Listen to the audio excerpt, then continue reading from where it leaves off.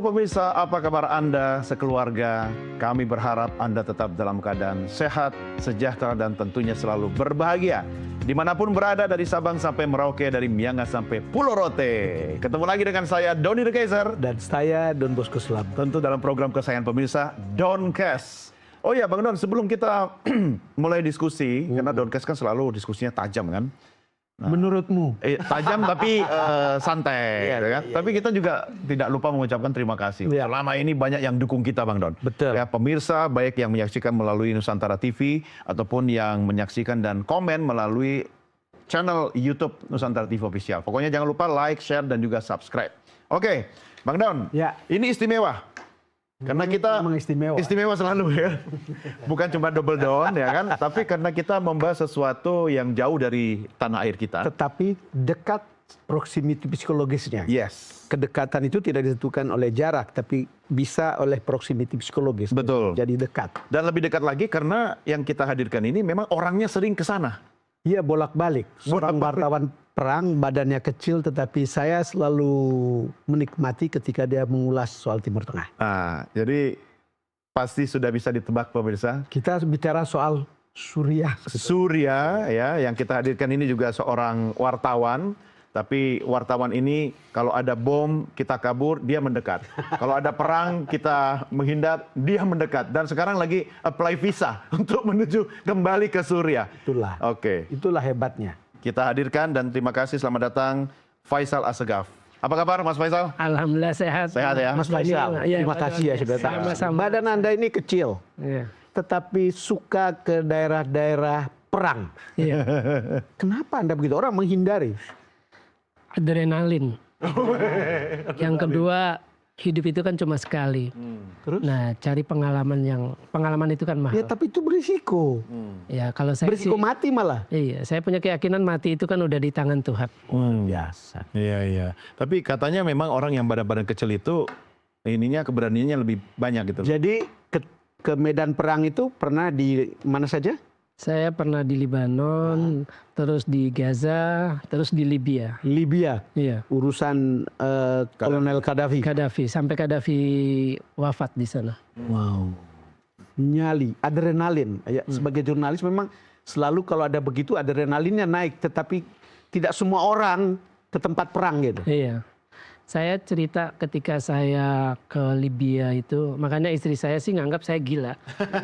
Jadi jangan istri Anda, banyak juga orang akan mengatakan Anda gila gitu. Jadi waktu pas saya mau ke Libya itu, saya masih di Tempo. Ya, hebat sekali. Itu anak saya baru 2 tahun, anak laki lagi lucu-lucunya.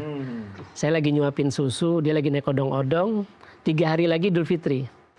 Terus editor saya di Tempo bilang, besok kamu ke Libya. Udah saya jalan. Jadi saya nggak mikir lagi 3 hari Lebaran, anak lagi baru 1 lah istilahnya kan, baru 1 masih lucu-lucunya ya. Saya terbang tetap. Ya kalau perintah di jurnalistik memang harus begitu gitu. Cuman bahwa tidak semua orang bisa mengambil risiko seperti itu. Ada passion lah ya. Ya, Syarat mau ke Suriah, mau siap-siap. Aplikasi sih, cuma apply-nya mungkin agak susah, apalagi situasi lagi ini kan itu lewat visa elektronik. Oh, visa elektronik. Iya. Apa yang membuat Anda mau ke Suriah lagi? Karena ada adrenalin tadi. Saya terus terang belum pernah ke Suriah. Terakhir kan kemarin ke Lebanon. Cuma belum, waktu pas ke Lebanon bulan September sebenarnya mau nyebrang ke Suriah, tapi ya itu lagi-lagi visa saya belum keluar. Ya karena saya ini kan sejarah ketika sebuah rezim yang udah usianya, kalau hitung dari bapaknya Hafiz al-Assad itu udah dari tahun 1971, berarti artinya usianya itu udah 53 tahun. Dan bisa runtuh, sama seperti ketika Gaddafi saya ada di sana, itu 42 tahun rezim itu kan sebuah sejarah. Akhirnya runtuh juga. Akhirnya runtuh juga, apalagi juga negara-negara Arab ini punya kedekatan dengan Indonesia karena kita tahu punya sentimen agama, kita kan mayoritas Muslim. Dan lagi Suriah itu, Damaskus itu kan bekas ibu kota dinasti Umayyah. Kalau Baghdad itu dinasti Abbasiyah. Jadi memang ada kedekatan terhadap peradaban Islam. Pelajarannya Don, jangan terlalu lama berkuasa. Oh iya. You mau atau tidak, suka atau tidak suka, diruntuhkan. Iya, mungkin masyarakat ya. Itu pelajaran utama, tapi pelajaran kedua kalau mau lama berkuasa, jangan lupa pembagian. Ya kan? Dalam matematika kan bukan cuma unsur kali, kurang, tambah, bagi. Kan? Nah, sekarang kita soal Suriah. Ya, Suriah. Sebetulnya kenapa orang melihat bahwa Bashar al-Assad itu jatuh hanya dalam 11 hari. Ya memang ini mengejutkan ya bagi semua pihak. Informasinya itu ada beragam. Ya. Salah satu informasinya itu bilang bahwa Iran sudah memperingatkan Bashar al-Assad. Ini bakal ada pemberontakan nih. Saya Iran lupa adalah berapa bulan. pendukung Bashar Iran al-Assad. ya sekutunya Ya, Bashar al-Assad. Cuma Bashar al-Assad menganggap remeh. Itu informasi yang pertama. Terus informasi yang kedua, Iran bilang ke Turki karena pemberontak itu kan basisnya semua di Idlib. Baik HTS, baik Syrian National Army, Al-Qaeda atau ISIS kan semua di Idlib. Semua di situ sejak 2016 setelah kalah di Aleppo. Padahal sebenarnya kalau Suriah mau habisin bisa, cuma dunia internasional karena mendukung pemberontakan itu jadi mereka pakai basis kemanusiaan, mereka harus dipindahkan Ini ke memang Idlib. complicated ya. Complicated. Nah itu Iran bilang ke Turki. Karena Turki yang jaga punya pos militer di Idlib kan. Iya, iya. Mereka punya pos militer. Kata Turki tenang aja, mereka nggak akan Turki berurusan dengan Kurdistan sebetulnya kan? Nah, dengan Kurdistan karena dia mau menumpas pemberontak Kurdi. Nah, informasi yang lain adalah bahwa memang ada kudeta dari dalam. Jadi ada perintah, makanya tidak ada perlawanan sama sekali. Dari ketika pemberontakan itu dimulai, serangan dari Idlib itu pada Rabu 27 November, 3 hari sudah bisa merebut kota terbesar kedua di Suriah yaitu Aleppo. Iya. Itu dari Rabu, hanya dalam 3 hari Jumat. Nah itu keluar akhirnya Al-Julani. Terus kemudian juga kemudian tanggal 8 Desember, minggu depannya udah bisa merebut Damaskus. Betul. Dan Assad udah pindah. Ini kan aneh, Julani itu dengan Hayat Tahrir Asyamnya, HTS itu kan masuk sebagai organisasi teroris. Betul. Dia sudah berani muncul di depan publik, padahal itu Amerika yang menetapkan. Menjanjikan untuk menangkap 10 juta dolar. 10 juta dolar. Iya. Betul. Sampai sekarang itu tidak dilakukan. Itu kan juga menimbulkan tanda tanya. Ini kok ada orang yang dicap teroris, organisasinya teroris, kok bisa gitu melancarkan serangan pemberontakan, tapi Amerika sendiri yang menetapkan itu tidak mencoba mencegah. Saya awam betul soal Suriah. Tetapi kalau saya punya dugaan seperti menduga ada kudeta gitu dari dalam begitu, saya teringat pada posisi Perdana Menterinya. Kok masih aman-aman saja dan bahkan mau menjadi untuk mentransisi pemerintahan. Iya. Padahal ini kan harus dianggap sebagai bagian dari rezim Al-Assad. Iya. Kalau saya melihat ini yang disasar ini adalah orang-orang lebih pada perwira militernya. Karena kan ini rezim militer.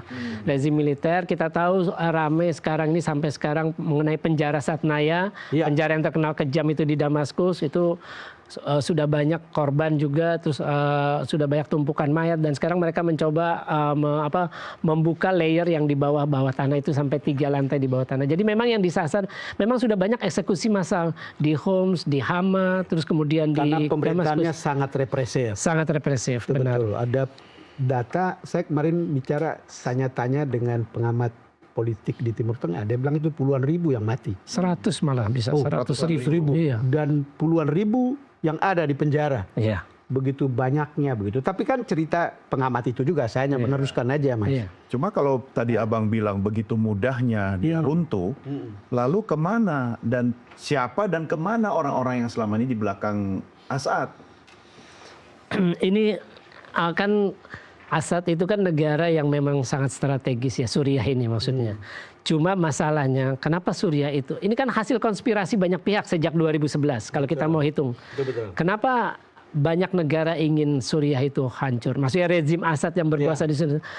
Pertama itu faktor yang paling dominan karena dia anti Zionis. Oh. Itu.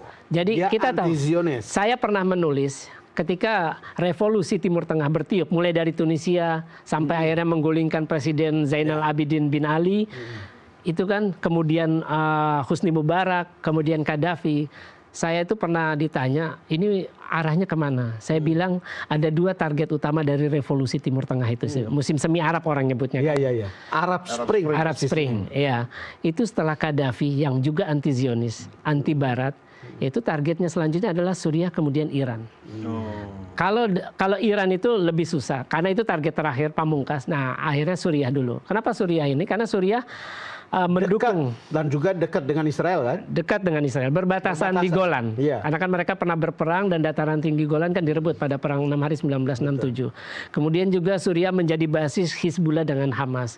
Kemudian juga menjadi lalu lintas pasokan senjata dari Iran buat Hizbullah ke Lebanon karena mereka berbatasan darat. Makanya karena rezim Assad ini anti Zionis, otomatis kan anti Amerika karena kan sekutu istimewanya. Ya akhirnya bagaimana ini harus dipotong ini, dihancurkan. Itu konspirasi udah lama. Artinya kalau kita lihat itu sebetulnya tidak benar juga dia hanya jatuh di dalam 11 hari kan. Ya. Tetapi itu sudah lama. Ya. Saya tanya pengamat, dia bilang mestinya sejak Arab Spring. Ya. Arab Spring orang demo, lalu kemudian demonya direpresi, lalu kemudian akhirnya dilawan.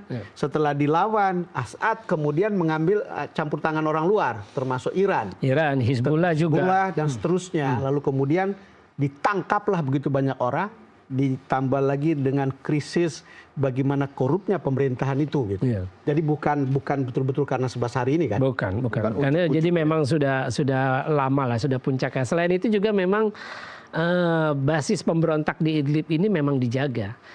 Itu mereka sudah bisa memproduksi pesawat nirawak, drone. Selain juga bantuan dari mereka itu dilatih dari Ukraina, itu kan ada kabarnya.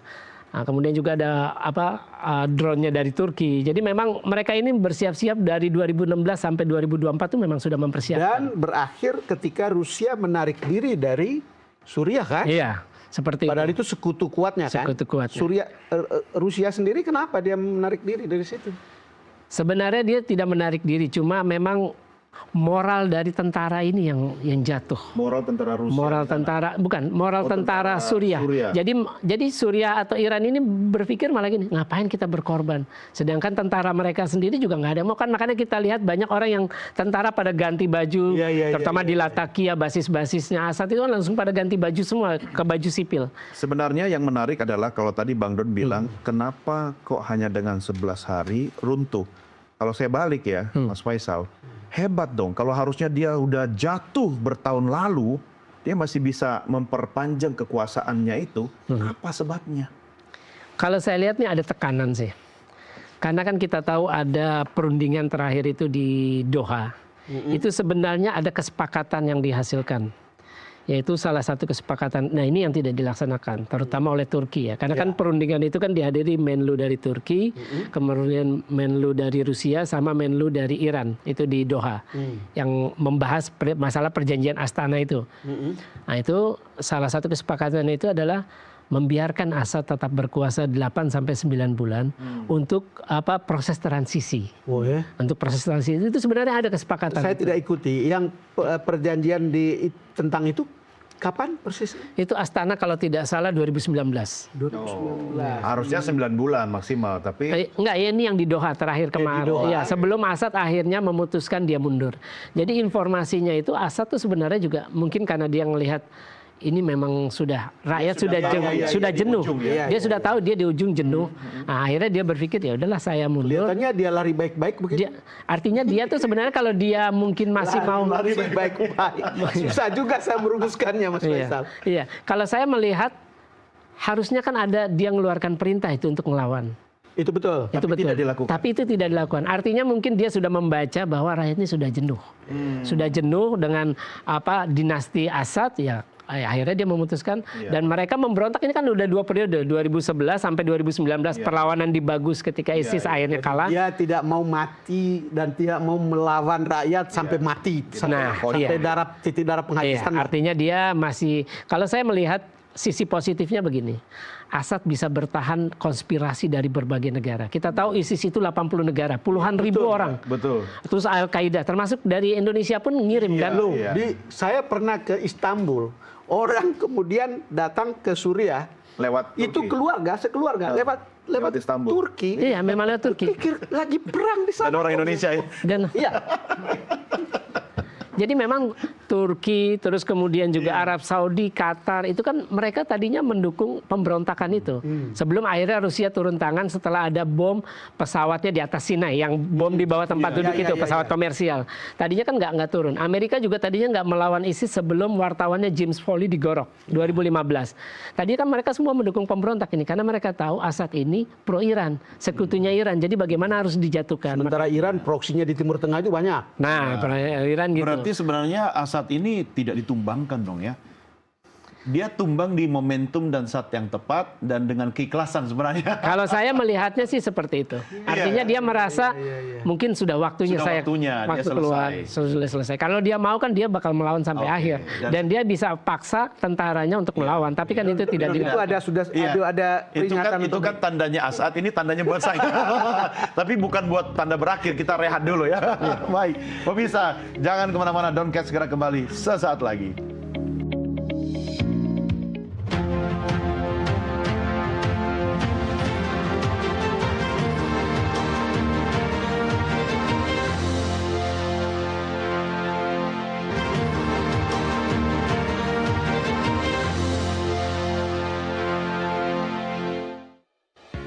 Terima kasih pemirsa masih tetap setia bersama kami dalam program Doncast. Saya Doni The Kaiser. Saya Don Bosco Slamon. Dan kali ini kita ajak Anda untuk diskusi tentang kondisi terkini di Suriah.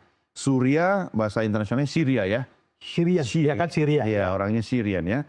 Dan langsung saja Bang Don, yang menarik kalau ngobrol sama Mas Faisal ini kan dia ibarat dokter spesialis. Spesialis Timur Tengah dan konflik. Enaknya bicara dengan jurnalis itu karena dia bukan hanya memahami dari bacaan, tapi dia tahu atmosfer di lapangan dan dia punya fakta. Ya, karena berada di sana. Iya, jadi Mas, sekarang kalau kita lihat Syria ini, itu kan untuk orang seperti saya itu sangat complicated. Banyak orang ada di belakang Assad, kemudian banyak kelompok perlawanan. Banyak kepentingan. Petanya seperti apa? Ini kalau kita lihat petanya itu kan poros anti Zionis itu kan pusatnya itu di Iran. Terus kenapa Suriah masuk poros itu?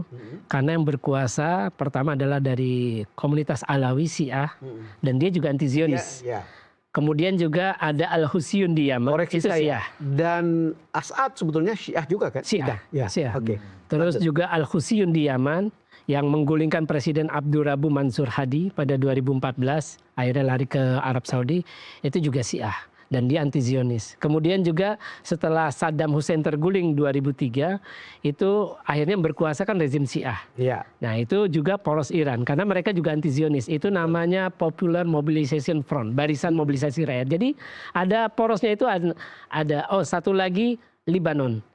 Karena kenapa? Bukan karena Syiahnya dengan Sunninya rata. Karena ada Hizbullah. Hizbullah lebih kuat daripada pasukan pemerintah. Proksinya Iran juga. Nah itu.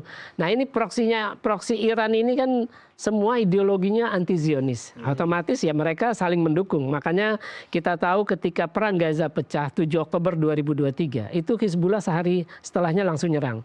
Kemudian Al-Husayun pada November langsung nyerang kapal-kapal dagang Israel, kapal dagang yang punya hubungan dengan Israel, atau kapal dagang yang menuju ke Israel atau balik dari Israel, atau sekarang kapal dagang Amerika dengan Inggris. Sama juga Kataib Hizbullah, milisi Syiah di Irak juga menyerang. Jadi ya Assad ini juga menjadi, Assad itu dari dulu mendukung perjuangan Palestina dan juga anti Zionis. Kenapa? Karena dia sudah merasakan dataran tinggi Golan direbut setelah Israel menang perang 6 hari 1967. Iya, 1967. Nah, terus juga dia itu dulu sebelum kantor Biro Politik Hamas pindah ke Doha, Qatar, itu dari 97 sampai 2012 itu berada di Damaskus. Jadi ketika sebelumnya di Yordan, kantor Biro Politik pertama itu di Yordan, tapi setelah Khalid Mis'al diracun oleh agen Mossad, akhirnya pindah ke ke Damaskus. Nah, ketika pecah perang, Hamas itu menolak mendukung Assad. Makanya sempat hubungan antara Suriah, antara Iran, Suriah, Hizbullah dengan Hamas itu sempat agak ada friksi karena mereka ini bagian dari satu proksi tapi yang ini memilih mundur. Nah bagusnya proksi anti Zionis ini, makanya saya juga kaget ada isu Sunni Syiah. Ini Iran walaupun dia pusat teologi Syiah di dunia, tapi dia menggandeng Hamas dengan jihad Islam yang Sunni. Artinya yang penting sama-sama ideologinya anti-Zionis. Ya itu. Nah itu. Karena Di punya bawah musuh. kepemimpinan Iran. Iran. Ya. Nah, otomatis kita tahu sejak kemenangan revolusi Islam 1979, Iran itu kan menjadi musuhnya Israel plus Amerika. Betul. Karena platform yang diusung oleh rezim Mullah itu di tahun 1979 ya anti-Israel, bagaimana melenyapkan Israel dan bagaimana memerdekakan Palestina. Nah, itu yang makanya mereka akhirnya jadi musuhan. Nah, inilah yang membuat Suriah ini kan tinggal ketika Assad masih berkuasa, Suriah ini kan tinggal satu-satunya negara yang anti-Zionis. Setelah Gaddafi habis kan Libya. Jadi tinggal Suriah. Nah, Suriah ini kan penting. Yang Kenapa? lain sudah menjalin. Sudah menjalin, negara-negara Arab Teluk sudah menjalin kerjasama. Kita tahu perjanjian Ibrahim 2020. Nah, tinggal negara Arab itu tinggal Suriah aja. Makanya Suriah ini penting karena kenapa? Dia berbatasan dengan Libanon. Libanon itu karena ada Hizbullah porosnya Iran. Suriah itu berbatasan dengan Israel. Ini masalah security, keamanan di Israel. Kalau penjelasan Mas Faisal, artinya Israel juga sangat berkepentingan untuk menyelesaikan Iya, tentu Assad saja. Iya. di Syria. Iya, tentu saja karena kan Suriah ini mendukung menjadi jalur pasokan senjata Iran untuk Hizbullah, juga menjadi tempat pelatihan bagi pejuang Hamas di sana. Dan juga Hamas dengan Hizbullah kan punya perwakilan. Selain itu juga Suriah ini kan menampung para pengungsi para pengungsi Palestina itu di Yarmuk, Camp Yarmuk itu di pinggiran Damaskus, di luar Damaskus. Nah, itu membuat itu. Nah, terus juga ketika Assad ini tumbang, ada 3 negara yang punya kepentingan untuk yang akan mempengaruhi masa depan Suriah nantinya. Ada Turki. Ada Turki. Betul. Kenapa Turki itu berkepentingan? Karena dia mengklaim sebenarnya Turki sudah melanggar hukum internasional karena dia menginvasi Suriah, utara Suriah dan utara Irak pada awal Oktober 2019. Itu ada suku Kurdi. Ya, jadi Erdogan mengklaim bahwa orang-orang Kurdi itu PKK, Partai Buruhnya Kurdistan itu di utara Suriah membantu jaringan pemberontak di provinsi Diyarbakir, tenggaranya Turki. Nah, makanya Turki walaupun dia melanggar hukum internasional, ya dia tetap masuk ke sana. Dan dia, jadi selama Kurdi versi Erdogannya tidak bisa memastikan bahwa Kurdi ini tidak jinak, tidak lagi membuat kerusuhan di Turki, ya Turki akan tetap di sana. Sama Israel juga, Israel ingin memastikan bahwa rezim baru setelah Julani ini berkuasa, Abu Muhammad al-Julani nama aslinya Ahmad Hussein Asyara, itu berkuasa bahwa dia tidak anti-Zionis seperti Assad. Dia tidak memfasilitasi milisi Syiah anti-Zionis. Dia tidak lagi menjadikan Suriah lalu lintas perbatasan senjata dari Iran ke Libanon untuk Hizbullah. Jadi Iran itu Israel itu fungsinya itu. Jadi makanya kan orang mengatakan, pengamat ya mengatakan, yang paling diuntungkan dari jatuhnya rezim Bashar al-Assad adalah Israel. Iya, memang benar. Dan kita lihat Israel langsung menyatakan bahwa perjanjian 1974 dengan Suriah ketika itu dinasti Assad sudah berkuasa, Hafiz itu dianggap batal. Hafiz al-Assad bapaknya. Makanya dia akhirnya langsung masuk ke wilayah penyangga dataran tinggi Golan untuk Suriah, bagian Suriah. Kemudian juga mencaplok Gunung Hermon, Jabal al-Sheikh bahasa Arabnya. Itu Gunung Hermon ini gunung paling tinggi di Suriah dan dia berbatasan dengan Libanon. Artinya dengan mendirikan pos di sana, Israel itu bisa memantau bagaimana pergerakan Hizbullah karena posisinya tinggi. Paling tinggi. Mas, ini tadi kita bicara soal kondisi dalam negeri Suriah sebelum runtuhnya Assad. Itu kan karena musuh bersamanya kan Assad kan. Iya. Setelah musuh bersama sudah tidak ada, bagaimana Suriah ke depan? Kalau saya melihat Suriah bisa tidak stabil. Tadi saya lihat udah ada campur tiga negara asing yang punya kepentingan. Tapi kelompok pemberontak sendiri ini ada problem, ada tantangan. Pertama, mereka solid kena satu waktu itu, satu tujuan. Ya, termasuk ISIS, Al-Qaeda kan 2011 mulainya untuk itu. Tapi setelah ini kan, ini tantangan terbesarnya pertama pada diri Abu Muhammad al-Julani sendiri. Julani kan udah mengklaim, saya itu tidak ikut ISIS, tidak ikut Al-Qaeda. Ketika dia membubarkan Jabhat Nusrah, mendirikan HTS pada 2017. Itu kan masih harus dibuktikan. Itu dia ngomong sebelum dia berkuasa. Itu satu. Sekarang dia sudah berkuasa, tantangannya beda. Dia harus buktikan. Karena pembuktian dia ini penting. karena nanti itu bisa jadi pertimbangan bagi Amerika ataupun negara barat lainnya untuk mencabut status teroris dari dia maupun dari HTS itu sendiri. Nah, itu tantangan pertama, bagaimana dia harus membuktikan itu. Yang kedua tantangannya adalah bagaimana konsolidasi sendiri di dalam HTS. HTS itu kan terdiri dari dipimpin oleh HTS, tapi ada 12 faksi di sana. Dan mereka rata-rata ex Al-Qaeda dan ex ISIS.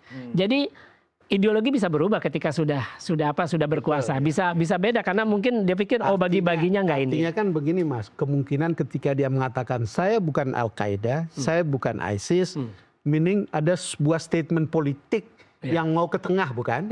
Kira-kira begitulah. Tetapi apa tujuannya? Tadi Anda bilang kemungkinan supaya dicabutlah status terorisnya gitu. Apalagi gitu. Nah ini saya lanjutkan dulu.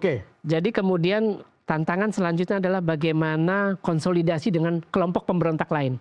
Karena di Suriah itu ada 6. Pertama adalah HTS yang terdiri dari 12 milisi, koalisi 13 milisi dengan HTS. Kemudian ada Syrian National Army, itu koalisi 41 koalisi. Itu jauh lebih, itu didukung oleh Inggris. Inggris itu, Turki, Syrian National Army. Ini lebih brutal. Kemudian ada Syrian Defense Forces. Syrian Defense Forces ini yang didukung Amerika. Tapi musuhnya Turki. Untuk menyerang ISIS. Nah, kemudian ada namanya Huras ad-Din. Huras ad-Din itu sayap Al-Qaeda setelah Jabhat Nusrah. Huras ad-Din itu sayap Al-Qaeda di Suriah. Kemudian ada ISIS. ISIS ini beroperasi di Badia. Al-Badia itu kawasan gurun di utara Suriah, kemudian juga beroperasi di provinsi Al-Hasaka sama Dair Az-Zur. Nah ini masing-masing beda tujuannya. Betapa terpecah-pecahnya Suriah itu sebetulnya. Iya, memang benar. Jadi puzzle ya. Puzzle-nya diisi oleh faksi-faksi yang semuanya merasa memiliki, menguasai dan kuat ya. Nah, faktanya kuat kan? Iya. Jadi begini, kalau HTS di bawah Julani tujuannya adalah untuk Suriah yang inklusif. Suriah. Jadi kan kita tahu dia bakal menghormati perbedaan. Itu akan sangat bertolak belakang dengan ISIS dan Al-Qaeda yang ingin mendirikan negara Islam. Nah, jadi bakal ada bentrok. Nah, itu satu. Yang kedua, Syrian National Army. Itu ketika HTS masuk ke Aleppo, itu ada bentrokan. Jadi bagi-bagi wilayah dan lapak. Jadi Syrian National Army merasa, loh kok ATS yang berkuasa nih di Aleppo. Padahal mereka juga sama-sama menyerang. Tapi kenapa Julani statementnya waktu kemudian berhasil meruntuhkan rezim Assad, dia mengatakan ini sebenarnya kemenangan Islam. Menggunakan diksi Islam itu apakah sebenarnya untuk sebagai perekat dari faksi-faksi yang berbeda-beda dan banyak itu? Bisa jadi, karena mayoritas kan Islam. Walaupun dengan perspektif Islamnya berbeda. Ada Islam yang Wahabi takfiri, ada yang Islam moderat. Itu kan kalau kayak ISIS kan udah Wahabi yang takfiri itu sendiri. Nah kemudian begini juga, Syrian National Army itu tujuannya adalah bagaimana menghabisi SDF. SDF ini kan mayoritas orang Kurdi. Nah sebaliknya SDF ini dibentuk untuk memerangi ISIS. Memerangi ISIS. Nah SNA ini, Syrian National Army, didukung oleh Turki. Ya karena Turki punya kepentingan dengan lewat Syrian National Army menghabisi orang-orang Kurdi. Nah berbahayanya kan sampai sekarang terjadi pertempuran nih. Antara Syrian National Army dengan SDF. Nah SDF ini adalah kelompok milisi yang mengelola Camp Al-Hol, Camp Roja yang isinya keluarga anggota ISIS dan penjara-penjara ISIS di sana di utara timur laut Suriah. Nah kemudian ISIS sama Al-Qaeda, bagi ISIS mereka itu semua istilahnya sesat, kafir. Karena tujuannya kan bukan untuk mendirikan negara Islam. Nah yang menarik adalah sebenarnya bayangan Julani tentang Suriah ke depan ada seperti apa?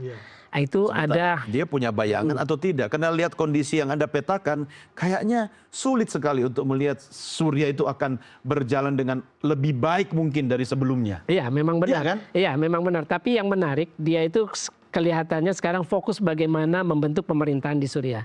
Kalau kita lihat dia. Sekarang pertanyaannya, mungkin nggak itu akan efektif? Dia sendiri saya baca ya. Dia itu Sunni kan? Sunni? Iya. Sunni, ya benar. Sunni, tapi dia pernah dia itu menjadi ekstrem, berpaham seperti ISIS, tidak menerima perbedaan, menganggap yang lain beda sedikit, sesat, kafir, layak dibunuh, halal darahnya. Itu dia menjadi ekstrim bareng Abu Bakar al-Baghdadi. Dia itu sangkatan. Itu ketika dua-duanya sama-sama ditahan Camp Bucca. Camp Bucca itu kamp militer Amerika di wilayah Irak, tapi berbatasan dengan Kuwait. Nah disitulah mereka itu dua-duanya ketemu para orang-orang ideologi Wahabi takfiri, ideologi ekstrim di situ. Makanya mereka menjadi ekstrim. Nah, tapi kemudian dalam wawancara dengan CNN menarik, dia bilang, saya orang yang umur 20, kan dia mulai berjuang umur 20 tuh, 2003. Dengan saya yang sekarang, dia sekarang umurnya 42. Kalau nggak 40, 42, antara itulah usianya dia. Dia bilang saya berbeda. Dan dia itu dia buktikan di Idlib. Dia bikin sendiri, dia keluar dari Al-Qaeda, dia juga keluar dari ISIS gabung sama Al-Qaeda, terus kemudian dia keluar dari Al-Qaeda. Nah ini kalau kita lihat seperti apa sih nanti rezim baru di Suriah. Nah, tahan dulu. Karena sepertinya ini akan menarik ini. Kalau kita bicara sudah runtuh rezim Assad, tapi yang berikutnya seperti apa? Sepertinya perlu teh dan kopi dulu ya. Jangan kemana-mana pemirsa, Downcast segera kembali sesaat lagi.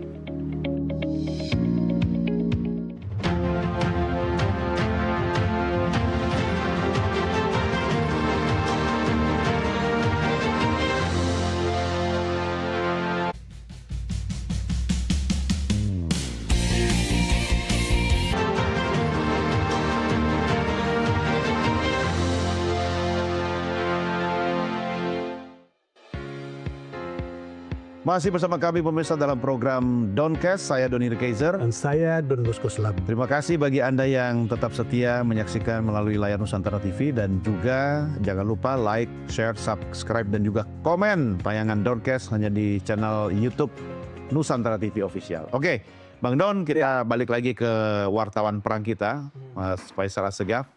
Tapi saya penasaran, kalau tadi kan kita mapping, kita analisa Syria atau Suriah. Tapi di balik negara itu kan sosok Bashar al-Assad ini sebenarnya memegang peranan yang sangat penting dan sentral gitu kan. Dan berkuasa sangat lama. Sangat lama kalau bicara keturunannya ya. Dari ayahnya sampai Hafez al-Assad sampai ke Bashar al-Assad itu berapa tahun? 51. Dari dia mulai 2000 berkuasa. Iya, 2000. Nah, itu kan sudah sepan tahun sendiri. Iya. Bapaknya 71. Oh. Lewat kudeta. Oh ya, ya. Kekuasaan yang lama itu sebetulnya kalau Anda baca, sebetulnya karakter utama kekuasaan itu apa? Memang represif.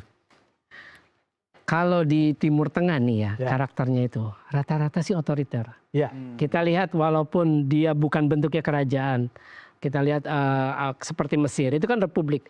Al-Jumhuriyah, ya kan, Al-Misriyah, Republik Mesir, Arab Mesir. Itu kan republik, artinya ada pemilihan umum. Tapi tetap aja yang berkuasa itu.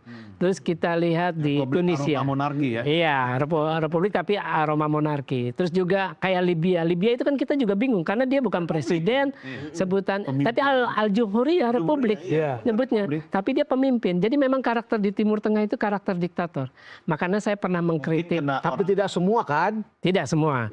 Tapi mungkin kan ada yang mengatakan bahwa menghadapi orang-orang Timur Tengah itu harus dengan syarat-syarat seperti itu. Tidak bisa dengan demokrasi ala barat begitu.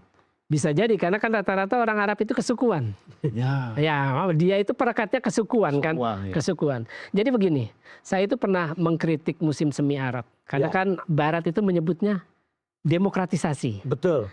Nah, terus kalau misalkan demokratisasi, kenapa yang digulingkan Libya, Gaddafi, kenapa yang digulingkan Assad?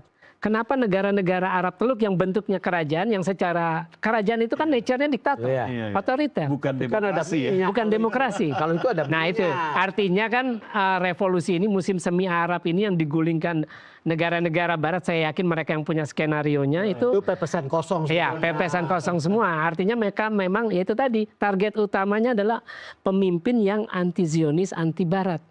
Makanya kita tahu kan Gaddafi itu kan pernah ngomong bahwa kita bikin mata uang sendiri negara-negara Muslim. Itu kan ada kalau nggak salah dalam pidatonya itu. Nah itu kan marah Amerika yang udah menguasai dolar Amerika. Iya benar itu. Sama seperti BRICS sekarang ini kan. Nah seperti itu makanya Trump ngancam kan. Betul. Nah itu akan mengenakan sanksi atau menaikkan apanya gitu kan terhadap negara-negara yang setuju BRICS. Nah ini kan saya percaya ketika orang berkuasa pertama itu kan pasti ingin berbuat baik lah untuk rakyatnya. Periode pertama berbuat baik. Iya, tapi kan kita tahu ada adagiumnya kan, power tends to corrupt, more power, more corrupt. Artinya pasti akan begitu, itu kan seperti itu. Dan ini ngukurnya dari Basar atau Hafez? Saya pikir dua-duanya. Dua-duanya. Ya, Karena Basar belajar dari seniornya. Iya pasti, tapi jangan lupa sebenarnya yang diinginkan bapaknya itu bukan Basar, tapi anak pertamanya namanya Basil al-Assad. Oh, jadi Basil ke Basar. Gitu. Iya, karena kakaknya itu tewas, saya lupa dalam sebuah kecelakaan pesawat apa tidak. Nah, Assad ini sebenarnya dokter mata. Dokter mata, Tidak makanya disiapkan untuk terjun tidak untuk ke politik karena memang dia dulu itu sekolah di London, buka praktek di London. Makanya dia ketemu dengan istrinya itu kan di London, Asma al-Assad.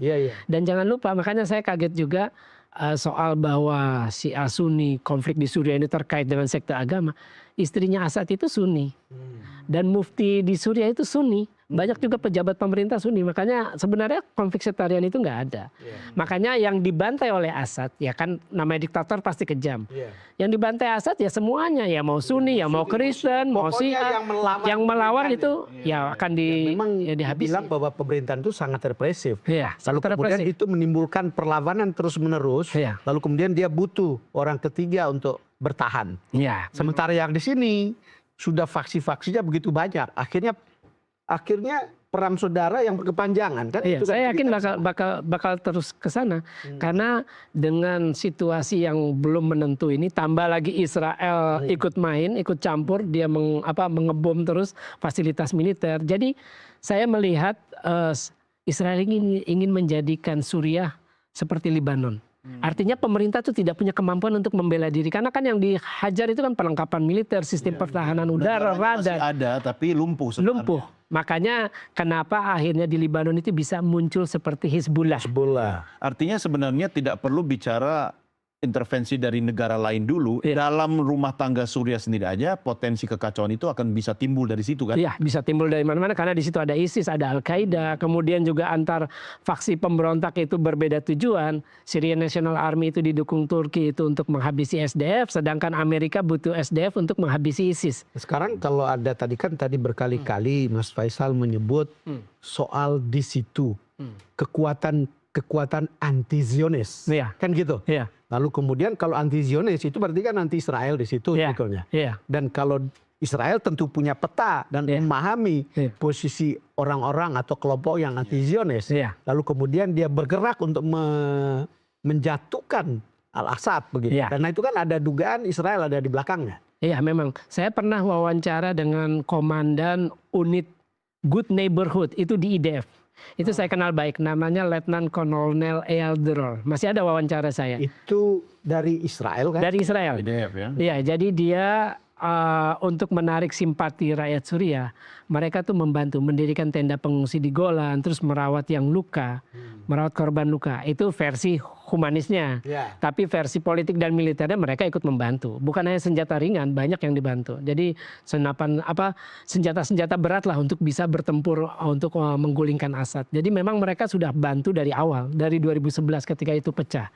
Ya karena memang Israel punya kepentingan bagaimana rezim yang anti Israel itu harus jatuh. Sebentar, itu kepentingannya. Mas Faisal, saya coba lebih tajam ke sosoknya. Basar al-Assad, apa sebenarnya kehebatan yang dia miliki sehingga bisa bertahan dan begini, dia harus jadi dirijen konduktor bagi faksi-faksi yang banyak dan juga aman di antara negara-negara lain yang berkepentingan atas Suriah. Kalau saya melihat begini, Basar al-Assad ini bukan orang yang disiapkan oleh ayahnya tadi. Kecelakaan ya? Jadi kecelakaan karena kakaknya kecelakaan, ya mau nggak mau dia yang anak kedua dia yang harus maju. Istilahnya sesuai urutan kan. Nah, sesuai urutan. Nah memang dari awal itu Hafez al-Assad itu, dinasti Assad itu memang sudah slogannya itu anti Israel. Jadi memang Basar ini ya harus melanjutkan apa yang sudah fondasi yang sudah dibuat oleh ayahnya. Meski dia originalnya sebenarnya tidak begitu. Itu saya kurang paham. Karena memang dia kan backgroundnya dokter mata. Nah kalau misalnya Hafez al-Assad itu dianggap anti Israel, kenapa mereka bisa duduk untuk kemudian menyelesaikan dataran tinggi Golan? Ya itu kan karena begini, Itu kan dataran tinggi Golan 1967 direbut oleh Betul. Israel. Ya. Kemudian akhirnya ada perjanjian setelah perang Yom Kippur. Itu kan Yom Kippur, kemudian tahun 74.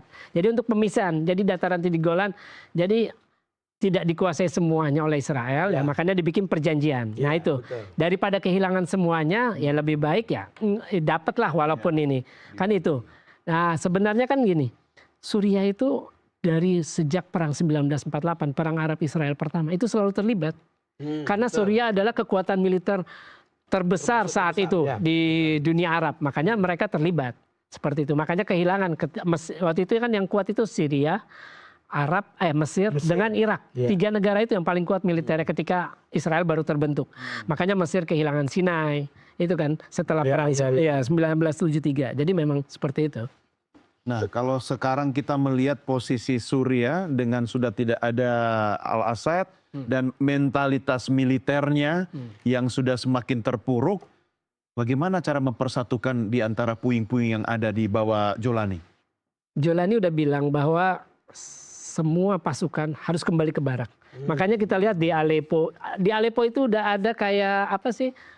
QR code. Ditaruh di itu untuk memberitahu semua update apa kebijakan HTS. Itu ditaruh di jalan-jalan, di tiang di jalan. Terus di Damaskus juga udah polisi. QR code semua ada di situ. Yang saya tahu di Aleppo.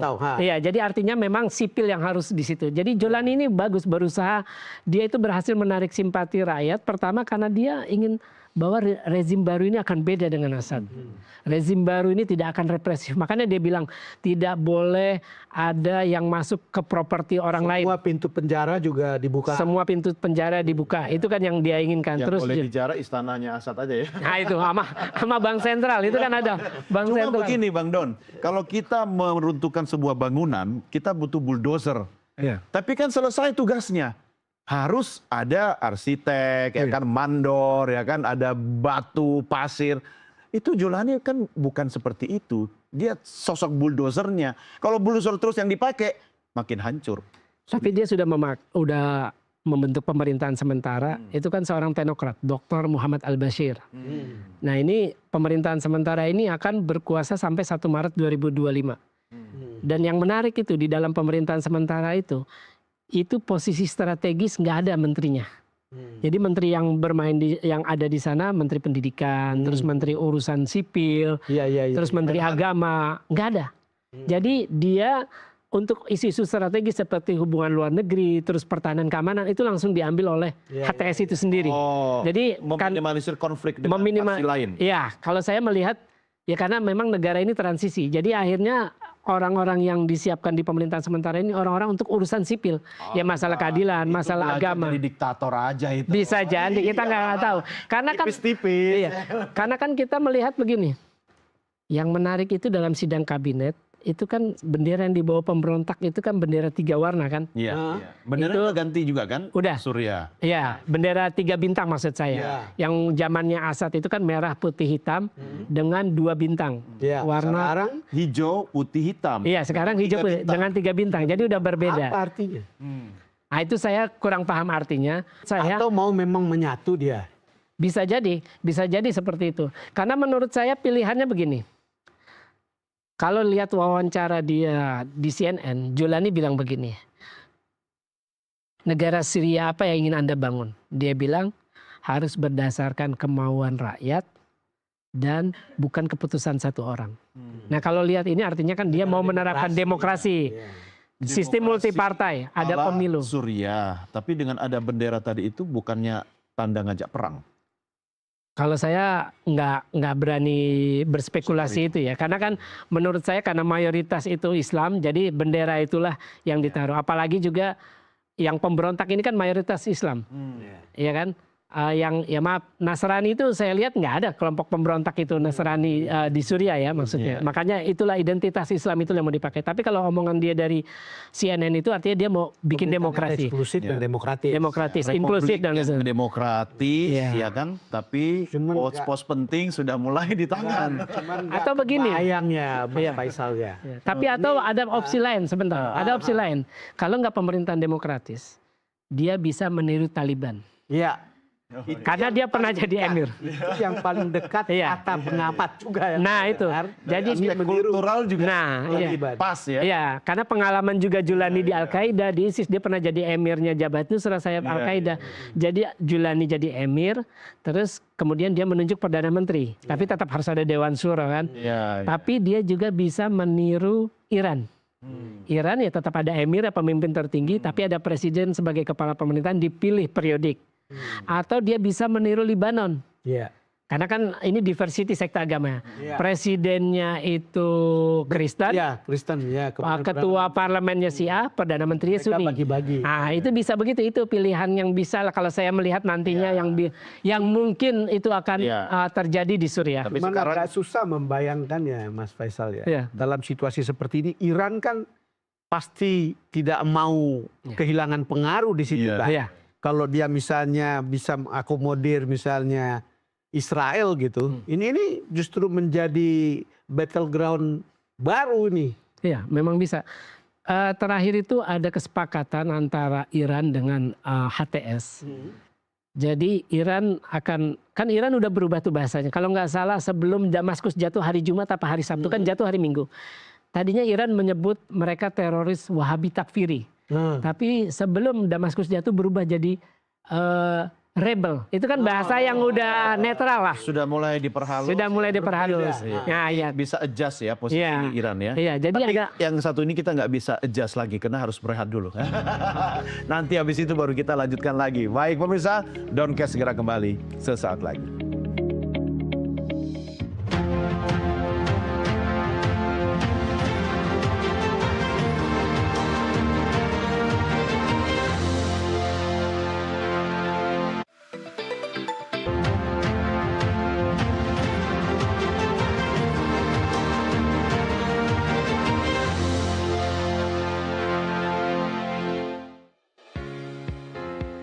Terima kasih pemirsa masih tetap bersama kami program Downcast. Saya Doni De Kaiser. Saya Don Bosco Slam. Ya, saya yakin Anda sudah menyiapkan cangkir kopi dan teh karena topik diskusi kita ini kata ada anggota dewan dulu Bang, ngeri-ngeri sedap. Ngeri-ngeri sedap walaupun jauh jaraknya tapi kita merasa dekat karena ada beberapa aspek tadi yang Mas Faisal katakan. Cuma kalau boleh bertanya secara langsung tentang kita orang Indonesia yang jaraknya jauh dengan Suriah, apa sebenarnya dampak yang dirasakan kita sebagai bangsa Indonesia dengan kondisi di Suriah sekarang ini? Gimana Mas Faisal menjelaskannya? ini kan sedari awal pemberontakan itu muncul kan ide-ide mendirikan negara Islam itu kan. Iya. Dan jangan lupa kita pernah punya sejarah itu. Dulu Kartosuwiryo, DITII, NII. Akhirnya apa yang terjadi di Suriah itu juga punya dampak ke sini. Apalagi sekarang zamannya kan arus informasi sangat kuat. Sampai sekarang aja kan ada di media sosial itu dibilang bahwa wah ada komentar bahwa netizen bilang wah untung si Alanatullah istilahnya hancur asa. Terus kemudian inilah Islam. Walaupun ya itu tadi, itu sejak dari 2011. Makanya saya pernah bertemu begini. Ketika saya ke kedutaan Suriah, saya pernah bertemu orang-orang Indonesia yang berdemonstrasi. Mengutuk perang Suriah, mengutuk Assad karena menumpas pemberontakan. Iya. Saya pernah bicara begini. Apakah artinya ada standar ganda di sini? Kalau memang istilahnya kenapa berdemo di Suriah karena dia Assad menumpas pemberontakan, tapi kenapa nggak berdemo di Yaman? Iya. Kan sama kasusnya. Iya betul. Kenapa nggak demo di Yaman? Nah, kalau kan jawabannya begini Mas, keterhubungan kita dengan Suriah itu kan karena ada sejumlah teroris yang berasal dari sini yang ke sana kan. Iya itu. Yang kemudian ada juga yang dikembalikan ke sini. Iya. Lalu kemudian pemerintah mencoba untuk mengembalikan mereka ke masyarakat begitu. Iya. Keterhubungan kita ada di situ Mas. Iya memang benar ya. Makanya ide-ide negara Islam itu kan negara seperti khilafah global yang dibentuk di sini itu kan sampai ke sini. Iya. Makanya akhirnya setelah perang Suriah itu kan mulai muncul gerakan terorisme. Setelah sebelumnya selesai ketika Imam Samudra bom Bali 2002 kan. Betul. Atau bom Filipina tahun 2000 di rumah kedua dubes Filipina itu kan. Nah ini setelah Suriah ini memang akhirnya isu bahwa ini antara Sunni melawan Syiah. Itu kan sebenarnya kalau saya melihat begini. Kita yang memahami seperti itu di sana nggak begitu. Padahal sebenarnya enggak. Tidak ada seperti itu. Karena saya juga pernah ke Iran. Iya. Saya Sunni tapi ya nggak ada masalah kok. Iya. Saya pernah masuk ke sarang Hizbullah di selatan, nggak ada masalah saya yang Sunni. Karena memang sebenarnya nggak ada. Walaupun di sana memang secara kultur, kalau kita kan di sini nanya, Ya kultur kan Iya. mestinya biasa aja. biasa aja. Kalau di sini kita nanya siapa nama, rumahnya di mana. Kalau di sana enggak. Yang ditanya, what is your religion? Oh. Kalau Timur Tengah gitu. Iya, iya. Nanti kalau dia bilang Muslim, Sunni atau Syiah, paling itu doang sampai di situ. Sunni apa Syiah? Sudah selesai dan nggak ada masalah sebenarnya.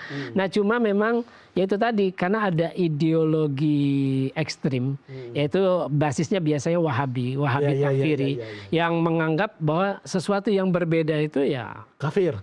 sesat atau nggak benar, nggak sesuai sunnah Nabi, itu yang bahaya. Padahal ya itu tadi beruntungnya Islam yang masuk ke Indonesia Islam yang moderat. Iya.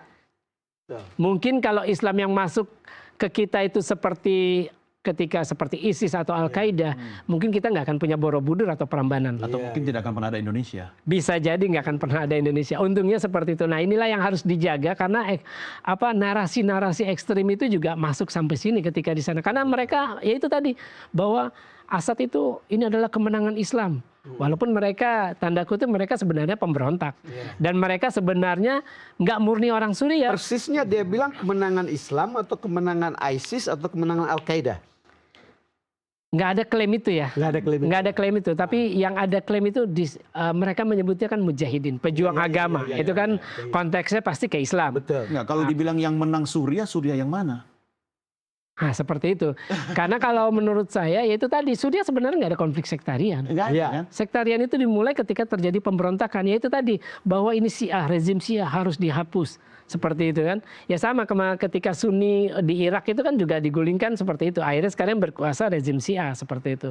Ya memang ya itu tadi narasi-narasi ekstrim ini yang harus kita perhatikan. Jangan sampai itu masuk sampai ke Indonesia. Kan semula kan pemberontakan ini berawal karena represi pemerintahan. Ya. Lalu karena ada represi ini banyak orang ditangkap, kemudian perlawanan timbul. Iya. Setelah ada perlawanan timbul, bentuklah kelompok-kelompok itu tadi. Iya. Mau Al-Qaeda, mau ISIS, mau apapun yang ada di sana, Iya. lalu kemudian menjadi kelompok pemberontak terhadap pemerintahan sebetulnya. Iya, sebenarnya gitu. Karena kan kita mulai dari Afghanistan. Itu kan mulai dari Afghanistan. Jadi betul.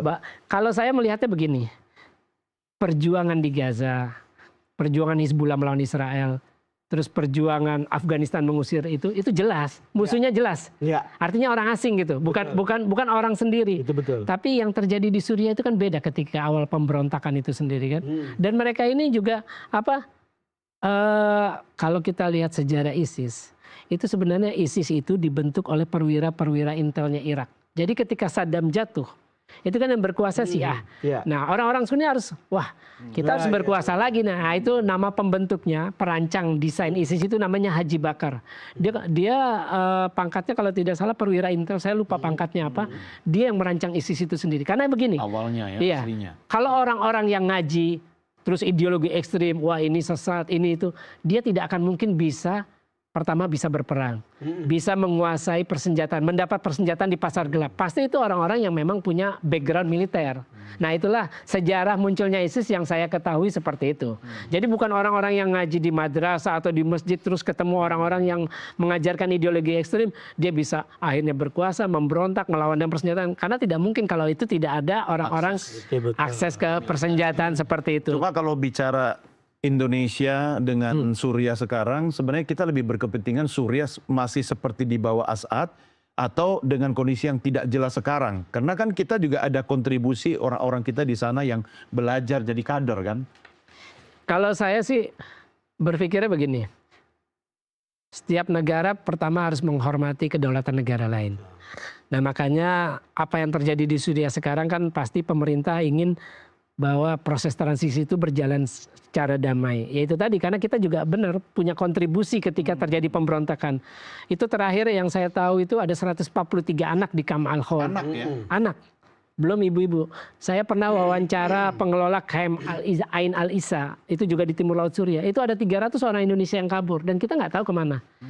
Ketika Taliban berkuasa, itu saya wawancara itu ada 7 orang Indonesia anggota ISIS yang kabur dan nggak tahu kemana. Jadi istilahnya orang-orang ini kan istilahnya jadi stateless, tapi dia punya ideologi ekstrim. Dan ideologi ini yang berbahaya sebenarnya. Dan makanya pemerintah memang harus Artinya lebih baik mungkin dia tidak kembali ke tanah air. Ini karena beban juga ya. Karena PBB udah bilang, terus juga SDF juga bilang, karena untuk menjaga itu kan nggak sedikit biayanya. Karena untuk menjaga penjara itu sendiri, menjaga camp itu sendiri, itu kan butuh biaya dan juga pengamanan. Karena nggak gampang, tapi disitulah tempat ternaknya ideologi-ideologi ekstrim. Sama seperti Al-Julani dengan Abu Bakar al-Baghdadi ketika ketemu ideolog-ideolog ekstrim di camp Buka. Nah, itulah yang harus dijaga. Membandingkan dengan Taliban, lalu kemudian sekarang yang kira-kira akan mirip pemerintahannya, transisinya mungkin sama dengan Taliban di Syria atau Suriah, itu kira-kira apa yang akan terjadi? Kalau ini kan Julani ini posisi sentral. Dan saya yakin dia tidak akan rela mundur dari politik. Artinya ya dengan dia kan kemarin itu kan pertemuannya dengan Perdana Menteri Suriah sebelumnya Muhammad Al-Jalili. Saham. Nah itu makanya. Mayoritas lagi. Nah iya itu mayoritas. Dan juga kalau Julani sampai mundur, wah itu malah lebih berbahaya lagi. Otomatis tidak ada semua visi misi dia untuk bahwa dia itu ingin jadikan Suriah lebih baik. Beda dengan Assad, tapi juga beda dengan ISIS. Bukankah dengan kondisi dia sekarang, kalau dia berkelanjutan, dia akan sama seperti Assad nanti, jadi sasaran juga? Nah, itu tinggal waktulah yang menentukan. Karena kan kalau kita lihat sih pernyataan-pernyataannya itu konsisten. Terus praktek di lapangan ketika dia udah berkuasa juga dia konsisten. Buktinya makam kubur Sayyidah Zainab dengan Sayyidah Ruqayyah, 2 cucu Nabi di Damaskus masih bisa dikunjungi oleh peziarah Syiah. Kekuasaan yang sebelumnya, kalau yang sekarang kita lihat. Iya, itu waktulah yang akan membuktikan. Tapi sebelum kita berpisah, apa yang pelajaran itu yang harus kita ambil, tapi bagaimana Anda menyampaikan kepada masyarakat kita khususnya untuk melihat secara berimbang ya tentang apa yang terjadi di sana. Kalau saya ingin bahwa itu cuma konflik kekuasaan, perebutan kekuasaan.